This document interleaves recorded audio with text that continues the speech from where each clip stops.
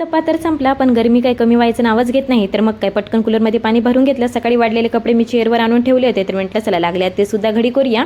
तितक्या तहोंचा फोन आला, आज मी लवकर घरी परत येत आहोत, छान अशी भेल बनव.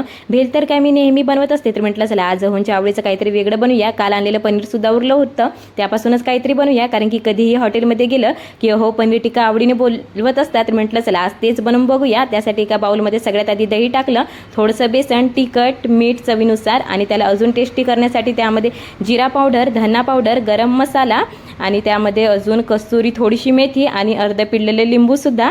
तिकडे मस्त असं तयार झालं होतं. त्यामध्ये छान असे पनीरचे तुकडे टाकून घेतले. लगेच मग तावीवर बनवायला घेतलं. माझं इथं एकच चुकलं की मी इथे नॉनस्टिक तावी घ्यायला पाहिजे नव्हती, ते लोखंडाची घेतली, तर ते जरा तिथे चिपकल्यासारखे झालेत, पण खूप असे टेस्टी झाले होते. आणि इकडे मला पायदान वगैरे भिजू टाकायचं होतं, तर लगेच मग गरम पाणी करून त्यामध्ये छान असे पायदान भिजू टाकले. तर आजचा दिवस असा होता. चला भेटूया उद्याच्या मी व्लॉगमध्ये.